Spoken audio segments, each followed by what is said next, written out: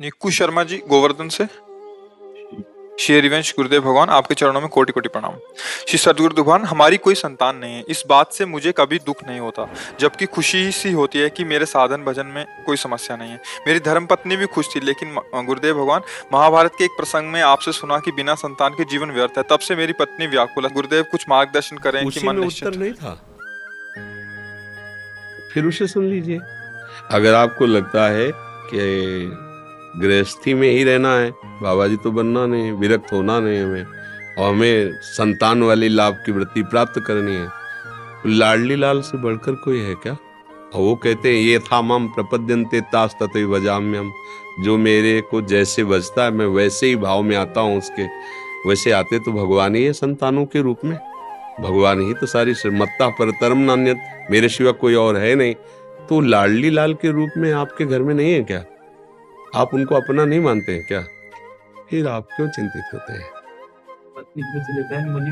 नहीं नहीं, कौन कौन नहीं होना चाहिए ना। अगर विचलित होने वाली बात में आप आएंगी तो फिर आप हमारी बात को समझ ही नहीं पा रहे। अगर बुद्धि से आप धैर्य पूर्वक समझे, देखो शास्त्र घुमा के सत्य वस्तु को देना चाहता है। जैसे आपके संतान नहीं हुई तो आगे का शब्द क्या लिखा है कि भगवान फिर आपको वैराग्य मार्ग दे रहे हैं कि संसार के राग से रहित होकर दोनों वानप्रस्थ आश्रम को धारण करते हुए भजन करते हुए भगवत प्राप्त कर लो। ये तो बढ़िया चांस मिल गया। इसी बात को आत्माराम ब्राह्मण नहीं समझ पाए थे। उनका अगर पुत्र नहीं है तो फिर हमारी गृहस्थी व्यर्थ है, गृहस्थी व्यर्थ है तो जीवन व्यर्थ है, जीवन व्यर्थ है तो आत्महत्या कर लेते हैं। इस विचार से जंगल में गए। तो धर्मात्मा पुरुष थे वो, कोई ऐसे थोड़ी थे। तो जब धर्मात्मा पुरुष कहीं चिंतित होता है तो महात्मा का संयोग करवा देते हैं भगवान। ऐसा शास्त्रों में बहुत जगह देखा गया। तो एक सन्यासी महात्मा आते दिखाई दिए, तो वो ब्राह्मण घर में जन्मे थे, शास्त्रों का स्वाध्याय किया था, संध्या बंदन आदि करते थे। देखा संत तो उठकर खड़े हुए, प्रणाम किया। प्रणाम मुद्रा से समझ में आ जाता है कि आस्तिक है, तो संतों को केवल श्रद्धा चाहिए। वो बैठ गए और कहा तुम्हारा उदास चेहरा, क्या बात है? उनका भगवान सब कुछ है आपकी कृपा से, संपत्ति है सब, पर हमारे संतान नहीं।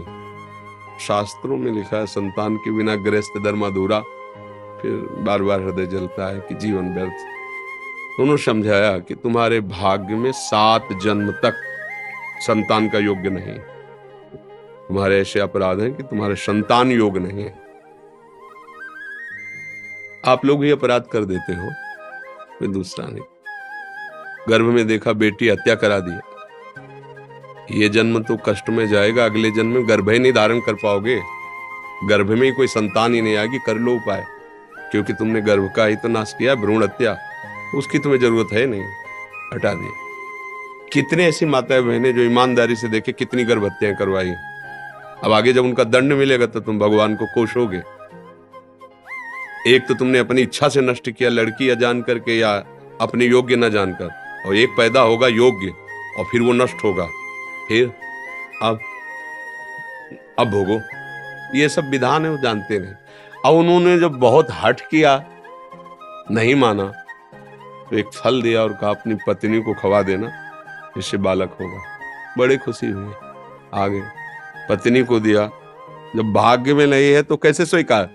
तो उसने कहा कि खा लेंगे। उन्होंने कहा अभी तो ऐसे थोड़ी पाया जाता है, संत महापुरुषों का प्रसाद नहा धो के, आप विश्वास नहीं करते।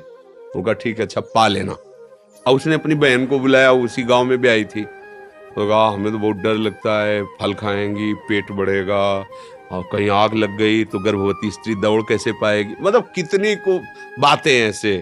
तो हमारी तो खाने की इच्छा नहीं।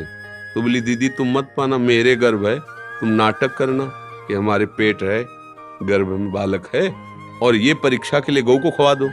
उसने ऐसा ही किया, वो फल गौ को पवा दिया। अब उसको नाटक करती रही कि हाँ हमारे गर्भ है, और जब उसके बच्चा हुआ तो बच्चा मंगवा लिया, बोले बच्चा हुआ, और दासियों को पैसा दे दिया। ब्राह्मण बड़ा खुशी हुआ, और उनकी पत्नी का नाम धुंधुली था तो इसलिए उसका नाम धुंधकारी रख दिया। और ठीक समय पे गौ के बच्चा हुआ, तो कान तो गौ जैसे और बालक स्वरूप बड़ा आश्चर्य।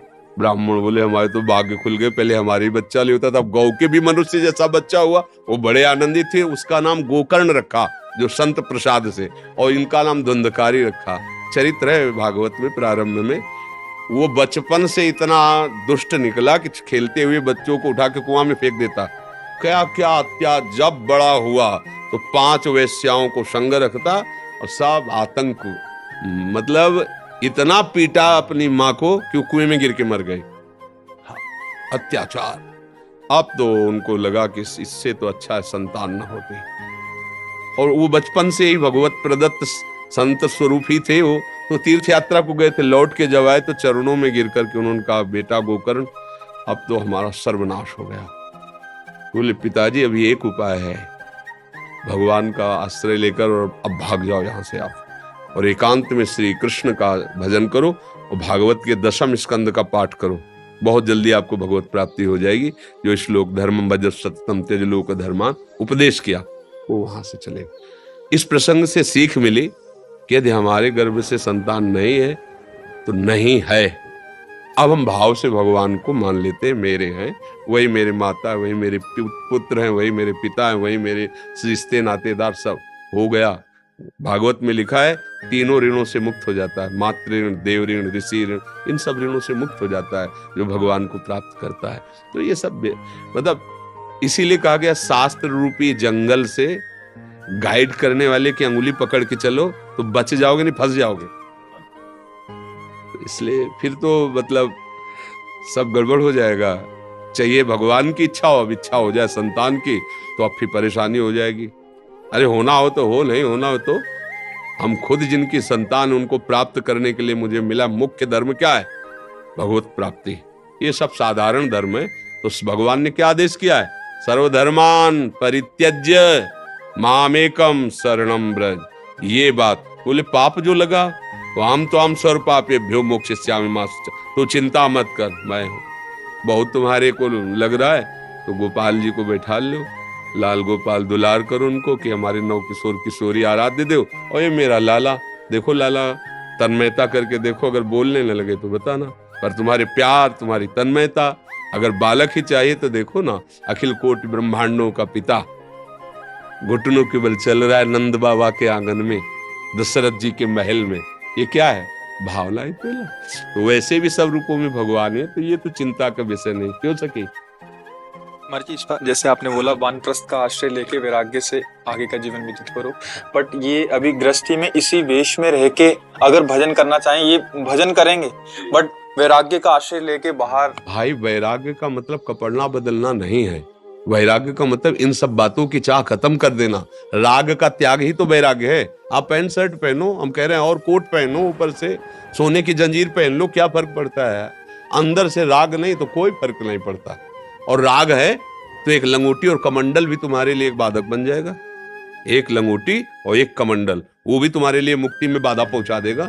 और राग नहीं तो चक्रवर्ती सम्राट है अम्बरीश जी, महान भक्त हैं, उनकी गाथा गाई जा रही। बात समझो, हम अंदर से तैयार कर लिए कि अब मेरे को भगवान ही जो कुछ है उनका भजन करना है, और ऐसे ही रहो। अंदर से निश्चय करो। अब देखो संतान उत्पन्न नहीं करना तो अब काम को हमको कंट्रोल करना है, काम वृत्ति को, कि व्यर्थ में काहे को समय और जीवन नष्ट करें। संतान उत्पन्न नहीं हुई, अब हमारा मार्ग भगवत प्राप्ति, तो दोनों ब्रह्मचर्य का आश्रय लेके चले। अभी जीवन मुक्त होते जाओगे, एक एक विषय छूटता चला जाएगा। अभी परमहंस हो गए, बाहर से पैंट शर्ट में, अंदर से महात्मा होके, कितनी बढ़िया स्थिति है, समझ रहे ना।